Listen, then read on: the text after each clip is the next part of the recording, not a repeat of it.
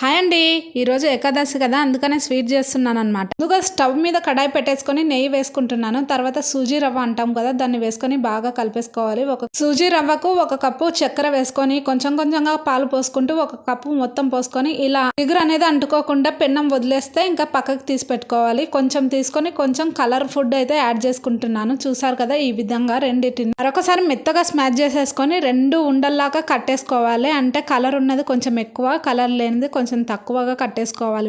ఇంకా నా దగ్గర పచ్చి కొబ్బరి ఉంటే దాన్ని కూడా మిక్సీ పట్టేసుకొని ఈ బాల్స్ని ఇందులో వేసి బాగా మిక్స్ చేసేసుకోవాలి. ఇప్పుడు చిన్న చిన్న కట్ చేసుకుంటే రెడీ ఎమ్మి ఎమ్మి స్వీట్. ఈ స్వీట్ కొత్తగా అనిపిస్తే కామెంట్ చేయండి. ఇంకా మీకు ఏమైనా తెలిస్తే కూడా కామెంట్ చేయండి దీన్ని ఏమంటారో. నేను నిజంగా స్వీట్స్ అంటే అంత పెద్దగా ఇష్టం ఉండదు, కానీ ఈ సూజీ రవ్వతో చేస్తే మాత్రం నిజంగా టేస్ట్ అదిరిపోయింది.